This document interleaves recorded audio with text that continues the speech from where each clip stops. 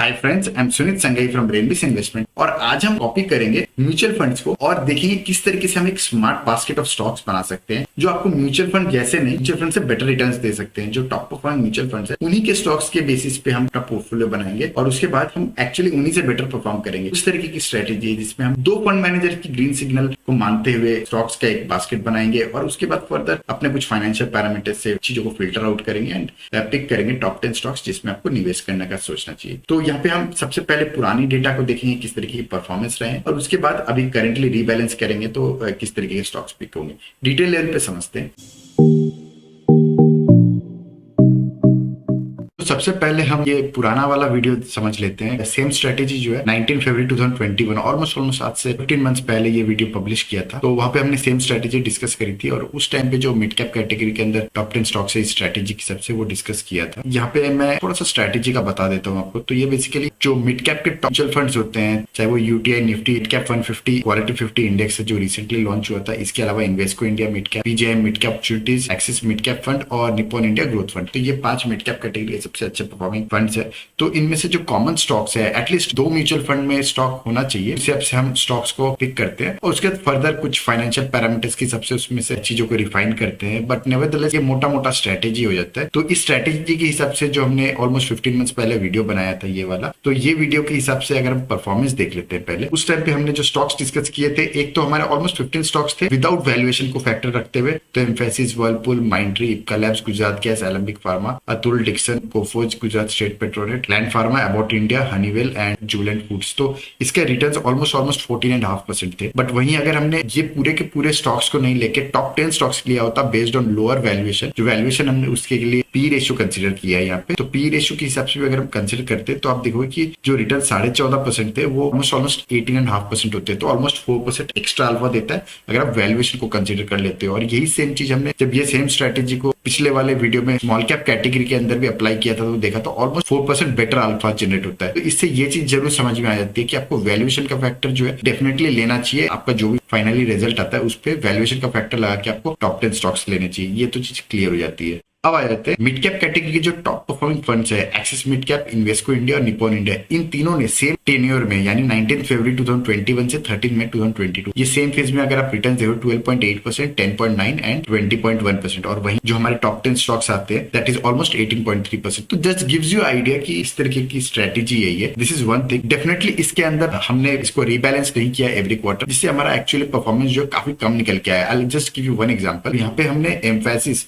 अगर आप देखोगे तो यहाँ पे एम्फेसिस जो है हमारा पोर्टफोलियो का पार्ट था। फरवरी 2021 में एम्फेसिस जो है पोर्टफोलियो का पार्ट था और वही एम्फेसिस की अगर आप परफॉर्मेंस देखोगे तो परफॉर्मेंस में हमें सिर्फ 47.6% के रिटर्न्स आए हैं। जबकि एम्फेसिस के हम रिटर्न्स अगर हम देखें फरवरी 2021 से लेके अब तक के तो ऑलमोस्ट 47.6% के रिटर्न्स है, राइट। वहीं पे अगर आप देखोगे तो इसने टॉप ऑलमोस्ट 3500 के अराउंड बनाया था और करेंटली अगर मैं बात करूँ तो ये ऑलमोस्ट 2500 के रेंज में। तो इस तरह की करेक्शन जो है, एक तो ये करेक्शन जो है इन जनरल मार्केट की करेक्शन रही है। इसके बियॉन्ड एक और चीज समझने की है कि ऐसे कई सारे स्टॉक्स हैं जहां पे हमारे रिटर्न्स जो है ना वो कम हो जाते हैं बिकॉज हमें एक सर्टेन पॉइंट पे इन स्टॉक्स को एग्जिट करना होता है। अगर हम रीबैलेंस करेंगे ना एवरी क्वार्टर तो वो अपने आप से ये स्ट्रेटेजी के अंदर इस तरीके से कि म्यूचुअल फंड्स एग्जिट कर रहे होंगे या बड़े प्लेयर्स एग्जिट करते हैं, जो स्मार्ट म्यूचुअल फंड्स होते हैं, अच्छे म्यूचुअल फंड्स होते हैं, वो एग्जिट कर रहे होते हैं। तो अकॉर्डिंगली हमारे पोर्टफोलियो में से भी ये स्टॉक निकल जाता है। तो उससे हमारे रिटर्न जो है थोड़े अच्छे आते हैं। और क्योंकि हमने रीबैलेंस नहीं किया तो इसलिए थोड़े से परफॉर्मेंस कम है। उसके बावजूद अगर आप देखो तो कंपेरेबल है, बट नेवरदलेस मुझे लगता है कि इससे और अच्छे रिटर्न्स आ सकते हैं अगर आप एवरी क्वार्टर बैलेंस करो। एक और रीजन इसको फर्दर रीबैलेंस करने का ये भी है कि हम फर्दर इसमें कई सारे फाइनेंशियल पैरामीटर्स भी लगाते हैं जो quarter on quarter numbers change होते हैं। तो इसलिए आपको रीबैलेंस एवरी क्वार्टर करना चाहिए। तो यहाँ पे अगर मैं आपको स्टॉक्स का बताऊं तो स्टॉक्स आप कोई भी म्यूचुअल फंड के पोर्टफोलियो ओवरलैप यानी कोई mutual fund A and mutual fund B दोनों के बीच में जो ओवरलैप ऑफ स्टॉक्स है उसका बहुत सारी साइट्स है उससे क्लियरली निकाल सकते हैं। जैसे मैंने यहाँ पे इन्वेस्ट यादनिया की साइट से पोर्टफोलियो ओवरलैप निकाला है, सिमिलरली आप कोई और साइट से भी निकाल सकते हैं। काफी सारे वेबसाइट्स अवेलेबल आज के टाइम पे। तो यहाँ पे हमने 5 जो म्यूचुअल फंड्स लिए, Invesco India, PGI mid cap opportunities, axis mid cap, UTI Nifty mid cap 150, quality 50 और निप्पॉन इंडिया ग्रोथ फंड, ये 5 फंड्स हमने लिए। और जितने भी कॉमन स्टॉक्स है एग्जांपल के तौर पे एचडीएफसी बैंक, तो HDFC bank is not really a mid cap stock but nevertheless ये इस फंड का पार्ट पीजीएम इंडिया और एक्सिस मिड कैप ये दोनों ने होल्ड किया, तो इसलिए ये यस होकर मार्क हो गया। सिमिलरली भारत इलेक्ट्रॉनिक्स और माइंडट्री, इस तरीके से सारे स्टॉक्स हमारे क्वालिफाई जो भी हुए एटलीस्ट 2 म्यूचुअल फंड में, वो सारे स्टॉक्स हमने कवर कर लिया। तो यहाँ पे ऑलमोस्ट 78 स्टॉक्स हो जाते हैं। ये जो 78 स्टॉक्स है इसका हम लिस्ट देख लेते हैं, ये हमने एक साथ ले आए यहाँ पे। इसके बाद जो ये 78 स्टॉक्स है इस पे हम फर्दर कुछ फाइनेंशियल पैरामीटर लगाएंगे। तो सबसे पहले हम आरओसी लगाएंगे which should be greater than 15%। Second factor हम लगाएंगे ROE should be greater than 15%। Third is sales growth should be more than 10% in 3 years and in terms of CAGR of course, and profit should be greater than 10% in CAGR terms। तो इससे क्या होता है कि company की capital deploy करने की efficiency बहुत अच्छी होती है। सेल्स और प्रॉफिट जो है वो लॉन्ग टर्म में आपकी अर्निंग्स विजिबिलिटी को भी क्वेश्चन मार्क में नहीं रखते। तो ये सारे फाइनेंशियल पैरामीटर्स लगाएंगे। तो यहाँ पे अगर मैं सबसे पहला फैक्टर मैं लगा लेता हूँ ROE should be greater than 15%। तो यह मैंने ऑलरेडी मार्क कर रखा है जिनकी आरओई ग्रेटर देन 15% है, तो जिसको फिल्टर कर लेते हैं। फिल्टर करते हैं हमारे पास कितने स्टॉक्स आ जाते हैं, टोटल हमारे पास आ जाते हैं 46 स्टॉक्स। तो आउट ऑफ 78 ओनली 46 स्टॉक्स है आरओई ऑफ ग्रेटर देन 15%। उसके बाद हम फर्दर सेकंड फैक्टर लगा लेते हैं ROC should be greater than 15%। तो वो लगाने के बाद हमारे पास आ जाते हैं टोटल 41 स्टॉक। 78 में 46 जो है ग्रेटर देन 15% का आरओई है and 41 are basically higher than 15% ROC. तो 41 स्टॉक्स आ जाते हैं। ठीक है, अब ये जो 41 स्टॉक्स है इसमें से हमने सेल्स ग्रोथ मोर देन 10% लगा दिया, राइट, और उसके बाद हमने लगा दिया profit should be greater than 10%। तो ये ऑटोमेटिकली आपके जो स्टॉक्स ये 23 स्टॉक्स आ जाते हैं। अब इसमें एक चीज नोट करने की है कि यहाँ पे हमने जो सेल्स एंड प्रॉफिट ग्रोथ है कि हमने 3 इयर्स लिया, हमने 1 ईयर नहीं लिया। बहुत बार क्या होता है कि कंपनी अच्छी हो सकती है, उसके बावजूद सेल्स 1 साल के लिए जो है थोड़े कम रह सकते हैं, इसलिए हमने 3 इयर्स का हॉराइजन लिया जहाँ पे एक कंसिस्टेंसी आ जाती है और ये CAGR लेवल पे ग्रोथ है। तो यहाँ पे हमें ऑलमोस्ट 23 स्टॉक्स मिल जाते हैं। अब यहाँ पे हमने ये फाइनेंशियल पैरामीटर क्यों लिया, इसलिए भी लिया है क्योंकि कई बार क्या होता है कि म्यूचुअल फंड जो है ना, फंड मैनेजर जो है वो कॉल लेता है कि ये स्टॉक अच्छा करना चाहिए, बट उस कंपनी का बिजनेस जो है as per expectation, fund manager की एक्सपेक्टेशन के हिसाब से पैन आउट नहीं करे, वैसा भी हो सकता है। और उसके इसमें फंड मैनेजर के पास बहुत बड़ा एसेट अंडर मैनेजमेंट होता है मैनेज करने के लिए, तो धीरे धीरे एग्जिट करना पड़ता है। वो एकदम से पूरा का पूरा माल एग्जिट नहीं कर सकते, ऑफलोड नहीं कर पाते कि उनके पोर्टफोलियो में ज्यादा ब्लीड कर जाएगा उस केस में, राइट। तो इसलिए जो है उनको टाइम लग सकता है, बट अपन इसलिए ये जो फाइनेंशियल फैक्टर्स है ये ले आते हैं जिससे कि हमारे जो स्टॉक्स है और बेहतरीन निकल के आए। तो यहाँ पे हमने 4 फैक्टर ले लिए। ये 4 फैक्टर के हिसाब से हमें ये 23 स्टॉक्स मिल जाते हैं, दीपक नाइट्राइट, इप्का लैब्स, इस तरीके से एम्फैसिस तक। तो टोटल 23 स्टॉक मिल गए, राइट। इसके बाद हम आ जाते हैं, तो अगला फैक्टर हम डेट टू इक्विटी रेशियो कर लेंगे। तो debt to equity ratio less than 1 होना चाहिए। इससे क्या होता है कि फाइनेंशियली बहुत ज्यादा लेवरेज नहीं होनी चाहिए कंपनी, क्योंकि बहुत ज्यादा लेवरेज होने से इन टफ टाइम्स जो है कंपनी जो है उस डेट को हैंडल नहीं कर पाती। तो debt to equity ratio less than 1 वाली कंपनीज को हम माइनस कर देंगे। तो यहाँ पे करेंटली अगर हम देखें तो debt to equity ratio less than 1 कोई भी कंपनी नहीं। एक्चुअली मन्नापुरम फाइनेंस जो है debt to equity ratio is greater than 1,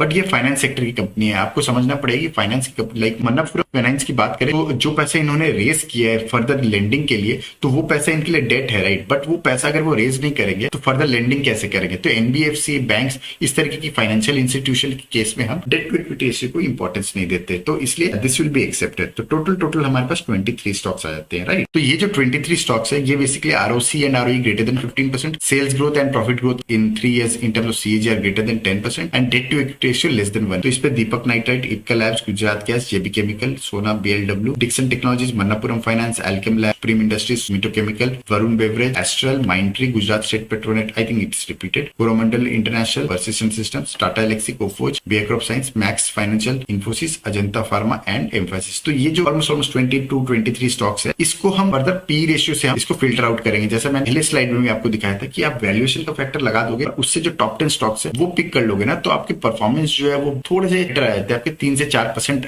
better alpha generate होते हैं। तो इसलिए हम वैल्यूएशन का फैक्टर भी लगाएंगे। तो basically will pick up the top 10 stocks based on PE ratio. तो आप पी रेशियो आप देख सकते हो, लाइक एस्ट्रल का PE ratio is 75 which is very high है। इवन टाटा एलेक्सी की बात करें तो 85 का पी रेशियो। इस तरीके के पी रेशियो वाले स्टॉक्स को हम अवॉइड करेंगे। तो यहाँ पे अगर हम अवॉइड करें उन तरह के स्टॉक्स को तो हमारे पास 10 स्टॉक्स जो आते हैं बेस्ड ऑन वैल्यूएशन। तो ये वैल्यूएशन में हमने पी रेशियो कंसीडर किया है। तो उसमें आ जाता है Manappuram finance, Gujarat State Petronet, Coromandel international, Ajanta pharma, Alkem lab, supreme industries, Deepak nitrite, Ipca lab, Infosys and Gujarat gas. तो ये जो 10 स्टॉक्स है ये करंटली स्ट्रेटेजी के हिसाब से इस पोर्टफोलियो का पार्ट होता है। तो कई लोग रीबैलेंसिंग का भी कमेंट सेक्शन में बोलते हैं। तो बेसिकली ये जो एवरी क्वार्टरली आप आप इस पोर्टफोलियो को या इस स्ट्रेटेजी को रीएनालाइज करते हो, it is basically for rebalancing. तो इस तरह की रूल बेस्ड स्ट्रेटेजी चीजें क्लियर हो जाती है कि जो स्टॉक्स आपके पोर्टफोलियो में थे उनको आपको एग्जिट करना है और इसमें एंटर करना है, एवरी क्वार्टर इस तरीके से रीबैलेंस कर लेना है। अब आ जाते हैं नेक्स्ट स्लाइड पे जो इंपॉर्टेंट है। अब ये इंपॉर्टेंट इसलिए है क्योंकि मैंने कहा आपको राइट कि आपको एवरी क्वार्टर रीबैलेंस करना है, just to give you a drastic change.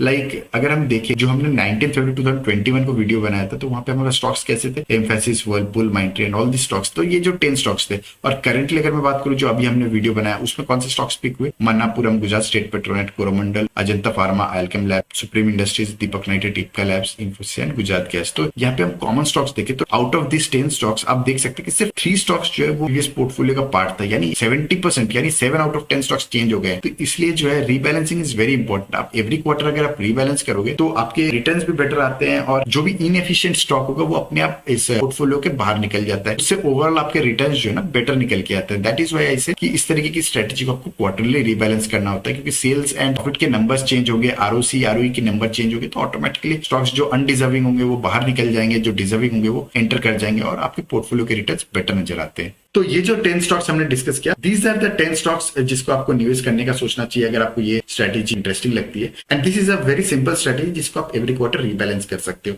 I try कि एवरी क्वार्टर में इस तरीके के स्ट्रेटेजी को रीबैलेंस करने का एटलीस्ट एक वीडियो बनाऊं। तो अगर आपको हमारा कंटेंट पसंद आता है तो कमेंट सेक्शन में अपना अप्रिशिएशन जरूर शेयर कीजिएगा, और या फिर कोई भी टॉपिक आप चाहते हो हम कवर करें या कोई भी आइडिया है, कोई भी क्वेश्चन है, तो कमेंट सेक्शन में जरूर बताइए, क्योंकि जो आपके कमेंट्स होते हैं उसी हिसाब से हमको आइडिया भी होता है किस तरीके के फर्दर हमें टॉपिक्स लेने होते हैं। That's all for today, thank you. तो यहाँ पे मैं एक डिस्क्लेमर दे दूं, तो ये कोई बाई और सेल की रिकमेंडेशन नहीं है, ये बेसिकली लर्निंग पर्पस से वीडियो बनाई गई है ताकि आप ये सीख सको कि एनालिसिस किस तरीके से करना चाहिए और किस तरीके से हमें अपने इन्वेस्टमेंट्स को देखना चाहिए। और अगर आपको यूजफुल लगे तो हमारा टेलीग्राम चैनल है रेनबेस इन्वेस्टमेंट, जिसको आप सर्च करके ज्वाइन कर सकते हो। That's all for today, thank you.